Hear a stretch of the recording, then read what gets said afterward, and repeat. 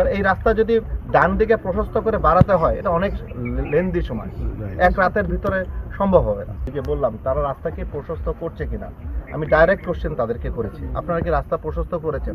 তারা বারবার বলছে যে তারা রাস্তা প্রশস্ত করার কোনো পরিকল্পনা নেই। 4 লেনের রাস্তা তো দূরের কথা, তাদের রাস্তা প্রশস্ত করার পরিকল্পনা নেই।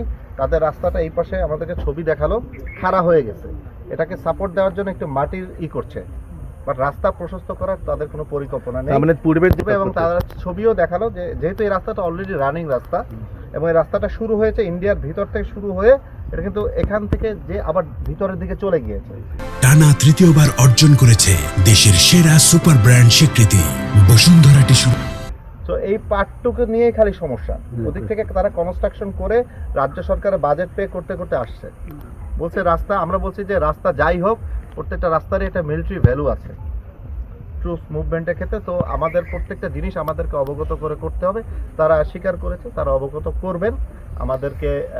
তারা প্রথমত চিঠি দিচ্ছে, আবার আমাদের এখানে যে তারা মাইনর ওয়ার্ক করছে, হেভি ইকুইপমেন্ট আনছে, সেটার জন্য একটা চিঠি দিচ্ছে।